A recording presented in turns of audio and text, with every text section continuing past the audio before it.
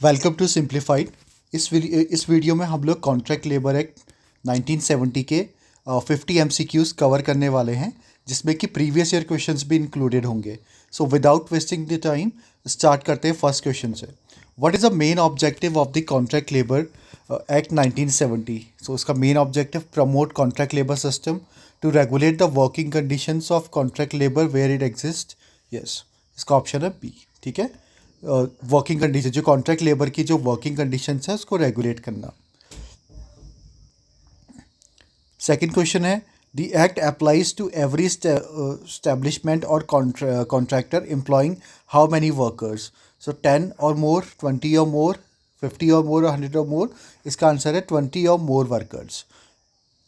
ये जो एक्ट है ये सिर्फ ये प्रिंसिपल एम्प्लॉयर के ऊपर भी अप्लाई होगा, प्लस कॉन्ट्रैक्टर के ऊपर भी अप्लाई होगा। कॉन्ट्रैक्टर को कौन होता है? जो कॉन्ट्रैक्ट लेबर को सप्लाई करता है, और प्रिंसिपल एम्प्लॉयर वो जिसके अंडर में, जिसकी फैक्ट्री में कॉन्ट्रैक्ट लेबर काम कर रही होती है। सो 20 और मोर वर्कर्स की कंडीशन दोनों के लिए अप्लाई होती है। Who is defined as contract labor under the act? So worker employed directly by the principal employer, worker doing permanent nature work, worker employed by through a contractor in connection with the work of an establishment. So option C इसका answer हो जाएगा। ठीक है, जो contractor के through जो worker higher होती है। Which type of work can not be executed through contract labour? Casual work, temporary work, project work, ये सारा हो सकता है। वर्क ऑफ पेरिनियल नेचर, जो काम लगातार ही चलना है ना, उसको हम कॉन्ट्रैक्ट लेबर के थ्रू नहीं करवा सकते। और सेक्शन 10 है जो उसको प्रोहिबिट करता है कॉन्ट्रैक्ट लेबर का। What happens if a contractor fails to pay wages to contract labour? ठीक है, अगर कोई कॉन्ट्रैक्टर कॉन्ट्रैक्ट लेबर को वेजेस देने नहीं देता है, तो उस केस में क्या होता है? Principal employer is not responsible, या फिर principal employer must pay and recover from the contractor, contractor is blacklisted only, या फिर labour inspector handles payment. So इसका आंसर है बी। इन केस अगर कॉन्ट्रैक्टर पैसे नहीं दे पाता है, तो प्रिंसिपल एम्प्लॉयर की रिस्पॉन्सिबिलिटी होती है कि वो पे करेगा वेजेस, और बाद में वो कॉन्ट्रैक्टर से रिकवर कर लेगा। इसका एक्सप्लेनेशन आप लोग पढ़ सकते हैं अपने एंड से, ठीक है, क्योंकि इसमें सेक्शन नंबर दिया हुआ है। Who appoints the licensing officer? Central government, appropriate government, chief labour commissioner, या फिर हाई कोर्ट? सो इसका आंसर है अप्रोप्रिएट गवर्नमेंट। जो अप्रोप्रिएट गवर्नमेंट है वो अपॉइंट करता है लाइसेंसिंग ऑफिसर, जो क्या करता है? कॉन्ट्रैक्टर को लाइसेंस देता है। यानी इस पे अप्रोप्रिएट गवर्नमेंट दो टाइप के ऑफिसर्स को अपॉइंट करती है। एक होता है लाइसेंसिंग ऑफिसर, और एक होता है रजिस्टरिंग ऑफिसर। जो रजिस्टरिंग ऑफिसर होता है ये क्या करता है? ये इस्टेब्लिशमेंट्स को, उन इस्टेब्लिशमेंट्स को जहाँ पे कॉन्ट्रैक्ट लेबर आके काम कर सकती है, उनको रजिस्टर करता है, उसको रजिस्टरिंग ऑफिसर बोलते हैं। और जो लाइसेंसिंग ऑफिसर होता है वो कॉन्ट्रैक्टर्स को लाइसेंस प्रोवाइड करता है, जिससे कि वो कॉन्ट्रैक्ट लेबर को इन इस्टेब्लिशमेंट में सप्लाई कर सकता है। ठीक है, ये हो गया। सो अप्रोप्रिएट गवर्नमेंट इनको अपॉइंट करती है। Who issues the registration certificate to the principal employer? हमने ऊपर पढ़ा था रजिस्ट्रिंग ऑफिसर होता है। सो वो क्या सर्टिफिकेट देता है? रजिस्ट्रिंग ऑफिसर रजिस्ट्रेशन सर्टिफिकेट देता है। किसको देगा? ठीक है, वो प्रिंसिपल एम्प्लॉयर को देगा। कौन होता है? Registering officer. Answer B. ठीक है, सेक्शन 7 में ये चीज़ आती है। The contractor's licence is valid for how long? Appropriate government जो लाइसेंस ऑफिसर को, लाइसेंसिंग ऑफिसर को अपॉइंट करती है, वो जो लाइसेंस प्रोवाइड करता है किसको? कॉन्ट्रैक्टर को। उसकी वैलिडिटी कितनी होती है? 6, 12, 2 ईयर्स या 5 ईयर्स? 12 मंथ्स, लगभग 1 साल की उसकी वैलिडिटी होती है। Which section empowers the government to abolish contract labor in specific processes? Section 7, 10, 20 या 21? इसका आंसर है सेक्शन 10। जो सेक्शन 10 है वो ऑथोराइज करता है अप्रोप्रिएट गवर्नमेंट को कि वो कुछ ऐसी इस्टेब्लिशमेंट जो है ना, वहाँ पे वो सेलेक्ट करेगी और उनमें कॉन्ट्रैक्ट लेबर के वर्क को मना कर सकती है।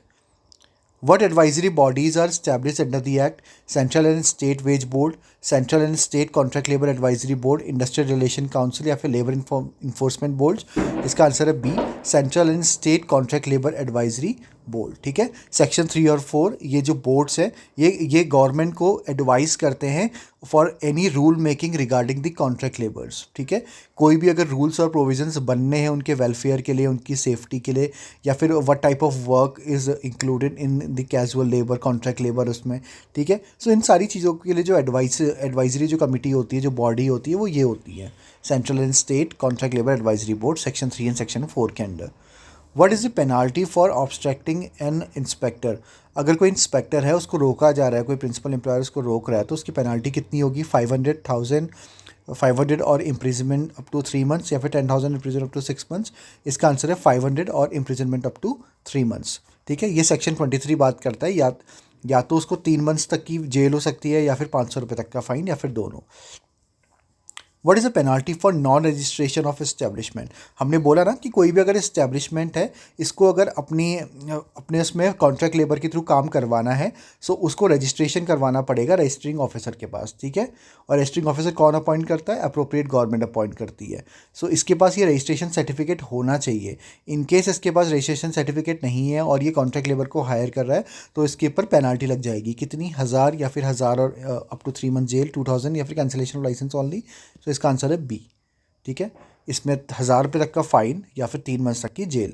ऊपर ऑब्स्ट्रक्शन ऑफ इंस्पेक्टर में 500 रुपये तक का फ़ाइन था, और नॉन रजिस्ट्रेशन में कितना है? 1,000 रुपये का फ़ाइन है। बाकी टर्म ऑफ जेल बराबर है, 3 months. Which of the following is not considered a responsibility of the principal employer? Principal employer जो है उसकी क्या इनमें से रिस्पॉन्सिबिलिटी नहीं होती है? ठीक है, प्रिंसिपल एम्प्लॉयर वो है जिसके अंडर में डायरेक्टली कॉन्ट्रैक्ट लेबर काम करती है, और ठीक है, और कॉन्ट्रैक्टर कौन है? जो इस कॉन्ट्रैक्ट लेबर को सप्लाई करता है।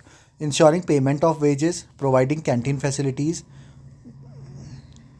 Maintaining registration of registers of employment, या फिर granting leave to contract labour. Principal employ की जो रिस्पॉन्सिबिलिटी है इनमें से which of the following is not considered? उसकी रिस्पॉन्सिबिलिटी नहीं है। मेरे हिसाब से इसका आंसर होगा D.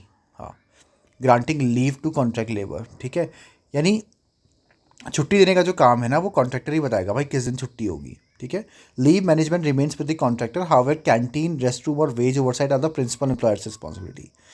Under which section is registration of principal employer mandatory? ठीक है, प्रिंसिपल एम्प्लॉयर का रजिस्ट्रेशन 6, 7, 8, 9, इसका आंसर है 7। सेक्शन 7 में बात करी गई है कि हर प्रिंसिपल एम्प्लॉयर को अगर अपना रजिस्ट्रेशन करवाना पड़ेगा, इन केस अगर वो कॉन्ट्रैक्ट लेबर को एम्प्लॉय करता है। Who decides whether the work is of perennial nature or not? हाँ, ठीक है, अब ये बात कौन बताएगा कि ये जो काम है, मतलब ये साल भर होने वाला काम है, ये कोई टेम्प्रेरी काम नहीं है? Contractor, principal employer, appropriate government या लेबर कोड? भाई अप्रोप्रिएट गवर्नमेंट ये काम बताएगी। Appropriate government for a railway establishment कौन होगी? स्टेट गवर्नमेंट होगी, सेंट्रल गवर्नमेंट होगी, डिस्ट्रिक्ट एडमिनिस्ट्रेशन होगा, रेलवे बोर्ड होगा?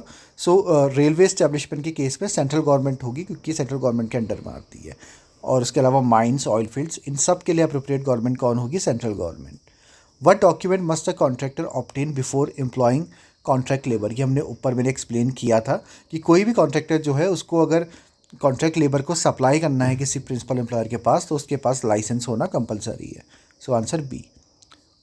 Who maintains the register of contractors? Principal employer, registering officer, licensing officer, या फिर लेबर कमिश्नर? रजिस्टर कौन करेगा? ये रजिस्टरिंग ऑफिसर। जो रजिस्टरिंग ऑफिसर है वो रजिस्टर मेंटेन करता है कॉन्ट्रैक्टर्स का। ठीक है, जिसमें सारी डिटेल्स होती हैं कि कौन कौन सी ये जो रजिस्टर्ड इस्टेब्लिशमेंट में कॉन्ट्रैक्टर कहाँ कहाँ से सप्लाई कर रहे हैं कॉन्ट्रैक्ट लेबर को। What is the duty of the contractor regarding canteen facilities? ठीक है, ऑप्शनल फॉर स्मॉल साइट्स, या फिर mandatory 100 or more workers are employed, mandatory 50 or more workers are employed, decided by principal employer.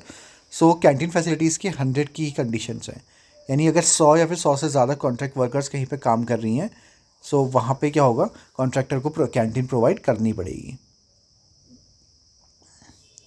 Which form is use for the application of registration by principal employer? इसका answer है लगभग form 1।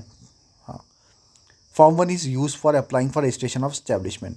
यानी कि इसका मतलब क्या है ना कि हर अलग अलग तरीके का एक फॉर्मेट होता है कि जिसमें जो है ना, जो एम्प्लॉयर है उसको सबमिट करना पड़ता है रिक्वेस्ट अपना। ठीक है, अगर किसी प्रिंसिपल एम्प्लॉयर को अपने इस्टेब्लिशमेंट को रजिस्ट्रेशन करवाना है ताकि वो कॉन्ट्रैक्ट लेबर को एम्प्लॉय कर सके, सो उसके लिए क्या होगा? वो कौन से फॉर्म में अप्लाई करेगा? फॉर्म 1 में। It's a type of document. ठीक है, इस फॉर्म को भर के वो जमा करेगा रजिस्टरिंग ऑफिसर के पास, और फिर वो उसकी इस्टेब्लिशमेंट को रजिस्टर करेगा और उसको रजिस्ट्रेशन सर्टिफिकेट प्रोवाइड करेगा। तो फॉर्म 1 होता है जो प्रिंसिपल एम्प्लॉयर यूज़ करता है रजिस्ट्रेशन के लिए। A contractor can not employ contract labour without. ठीक है, कोई कॉन्ट्रैक्टर जो है वो कॉन्ट्रैक्ट लेबर को हायर नहीं कर सकता बिना किसके? भैया लाइसेंस के, यार कर लिया ऑलरेडी। बिना लाइसेंस के, वैलिड लाइसेंस के वो नहीं कर सकता। Under which rule is renewal of licence covered? Rule 27, 29, 32 या 33, ये सेक्शंस हैं। ठीक है, सो इसमें है 29।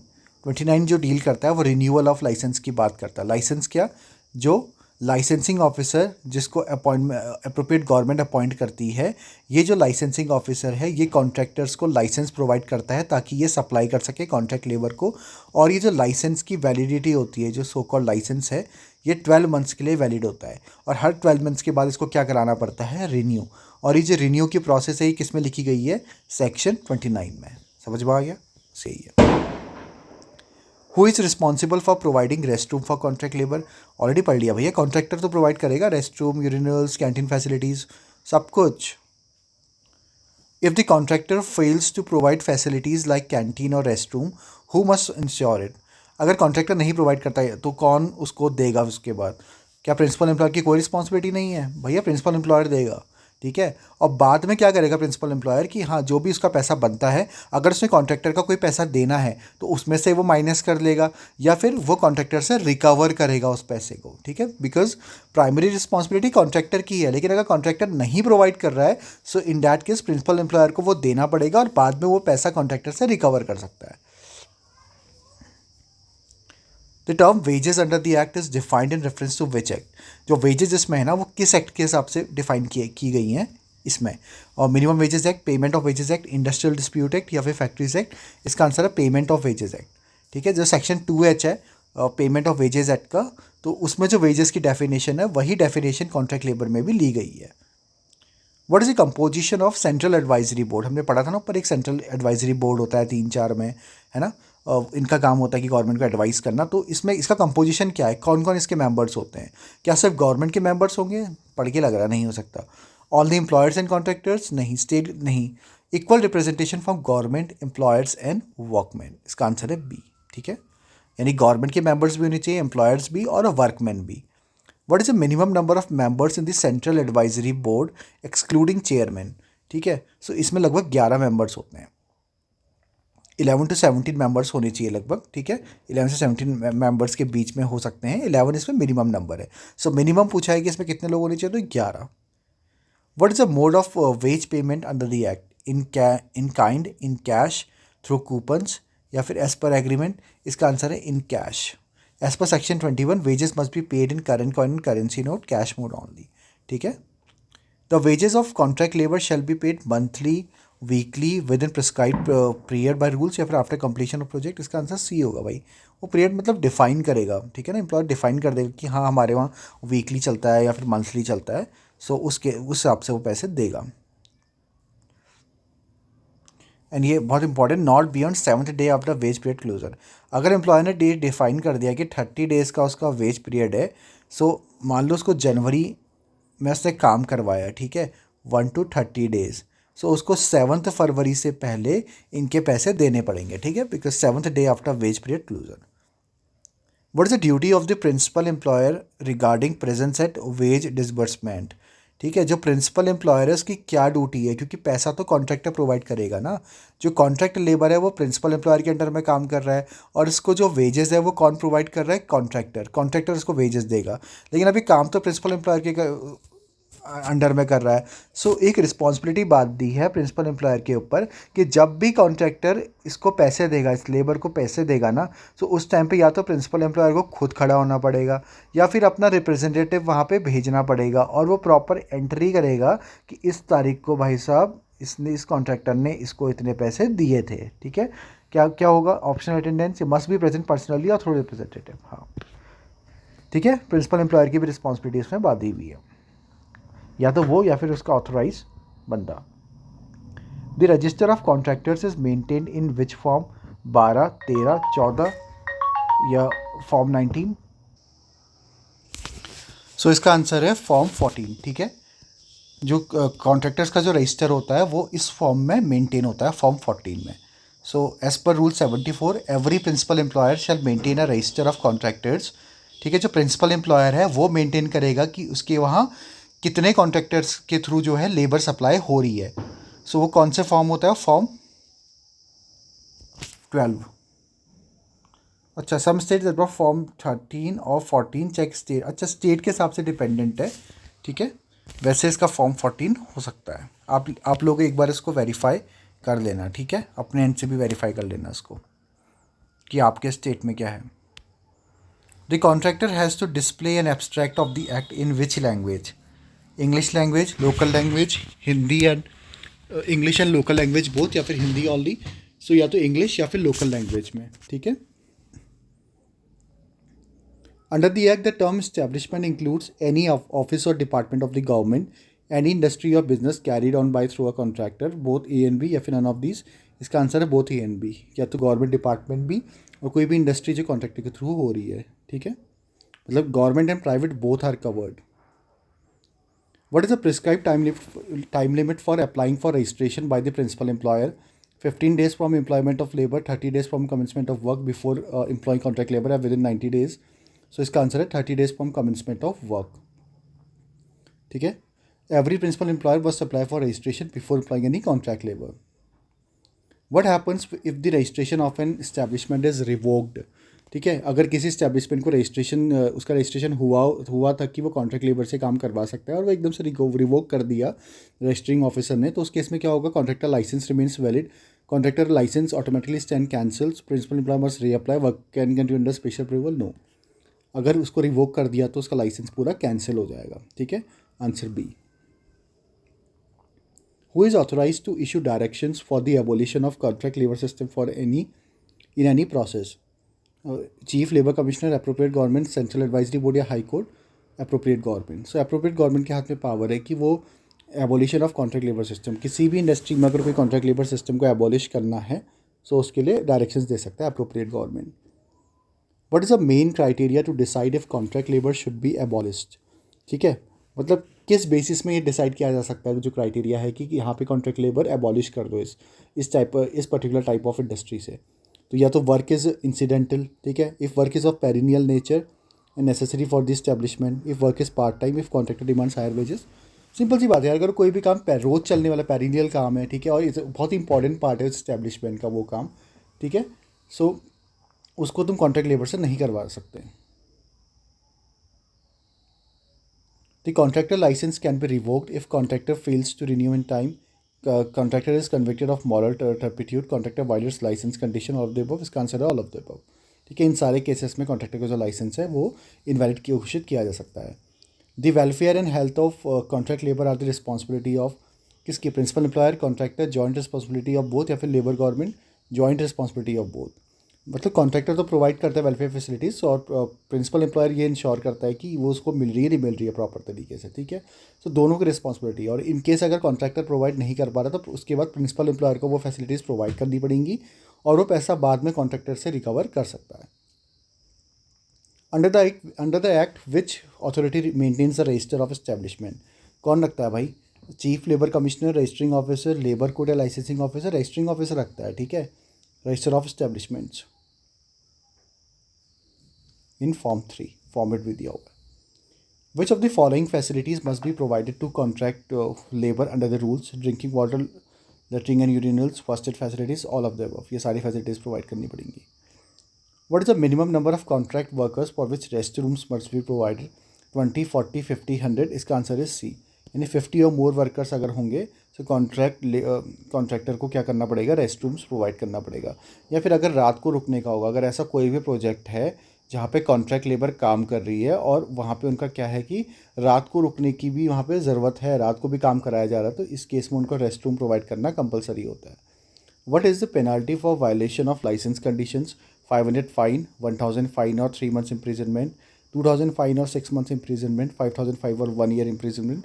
इसका आंसर है 1000 रुपये का फ़ाइन और 3 months तक का इम्प्रिजनमेंट, ठीक है, वायलेशन ऑफ लाइसेंस कंडीशन। तो ये सेक्शन 23 बात करता है कि 3 महीने की जेल हो सकती है, 1000 रुपये तक का फ़ाइन हो सकता है अगर लाइसेंस में दी हुई किसी भी कंडीशंस को वायलेट किया जाता है। When was the contract labour regulation and abolition central rules notified? हमने पढ़ लिया था 1971, 1970 एक्ट में हुआ था, 1971 में रूल्स फ्रेम हुए थे, ठीक है। Which of the following is not a valid ground for abolition of contract labour? Work is necessary for the business, work is intermittent, work is of perennial nature, if work is done regularly, ठीक है। Which of the following is not a valid ground for abolition of contract labour? अगर contract labour को abolition करवाना है तो कौन से किस बेसिस में नहीं किया जा सकता? भाई work is necessary for the business, work is intermittent, perennial nature, work is done regularly, इसका वर्क इज़ एन इंटरमिटेंट, यानी कोई ओकेजनल वर्क अगर कुछ है तो उस केसेस में तुम उस ग्राउंड में तुम उसको एबॉलिश नहीं कर सकते कॉन्ट्रैक्ट लेबर को. A contractor employing less than 20 workers must still register, is exempt from the provisions of the act. हाँ, इज एग्जेम्प्ट 20 से कम वर्कर्स अगर रहते हो, बिकॉज मिनिमम 20 वर्कर्स की कंडीशन है ना. Which authority issues the certificate of registration under the rules? Licence officer, registering officer, central labour commissioner, registering officer. ठीक है, रजिस्ट्रेशन जो सर्टिफिकेट ऑफ रजिस्ट्रेशन जो है वो रजिस्टरिंग ऑफिसर इशू करता है. Which rules prescribe the maintenance of muster roll and wage register? इसका answer है रूल 75, यानी section 75 requires every contractor to maintain a muster roll and register of wages in prescribe form. ठीक है, जो contractor है उसकी रिस्पॉन्सिबिलिटी है कि वो क्या करेगा, एक मस्ट रोल और रजिस्टर ऑफ वेजेस रजिस्टर दोनों मेंटेन करेगा. ठीक है, क्योंकि कॉन्ट्रैक्टर ही वेजेस प्रोवाइड कर रहा है ना, तो रजिस्टर भी उसको मेंटेन करना पड़ेगा. What is the appeal period against the order of licence revocation? अगर किसी भी कॉन्ट्रैक्टर का लाइसेंस रिवोक कर दिया जाता है तो उसके पास कितने टाइम पीरियड के अंदर अपील कर सकता है. ठीक है, उस डिसीजन के खिलाफ 15 डेज, 30 डेज, 60 डेज या 90 डेज, 30 डेज. ठीक है, वो 30 डेज के अंदर अपील कर सकता है. The act was enacted to give effect to which of the following directive principles of state policy? Article 39 equal pay for equal work, article 41 right to work, article 42 just and humane conditions of work, या फिर article 43 living wage and decent wages of life. इसका answer है article 42 just and humane conditions of work. जो contract labour regulation and abolition act 1970 seeks to ensure just and humane conditions of work aligning with the article 42 of the constitution. So यहाँ पे हमने 50 questions cover कर लिए हैं contract labour के. I hope आपको इन questions को करने में मज़ा आया होगा. ठीक है, मैंने कोशिश करी है कि जितने भी मतलब इंपॉर्टेंट सेक्शंस हैं और जो इंपॉर्टेंस में डेटा है ना, बिकॉज एट लास्ट जो डेटा है वही को एग्जाम्स में मैक्सिमम पूछा जाता है. ठीक है, और वो डेटा बहुत कंफ्यूजिंग रहता है. सो मैंने उसको कवर करने की कोशिश करी है. आप लोग फिर भी इसके अलावा भी आप लोग अपना रिवाइज करते रहिए. सिर्फ मैं ये कभी नहीं कहूँगा कि सिर्फ इसके भरोसे रहिए, सिर्फ कुछ नहीं है ये सब. ठीक है, कुछ इंपॉर्टेंट क्वेश्चंस मैंने कवर कर दिए हैं, बट इसके अलावा भी बहुत सारी चीज़ें हैं जो MCQs में 50 क्वेश्चंस में कवर नहीं हो सकती. सो आपने जो बेसिक बुक पकड़ी हुई है उसको आप रिवाइज करते हुए चलें. ठीक है, alright. So thank you for watching this video. Have a nice day.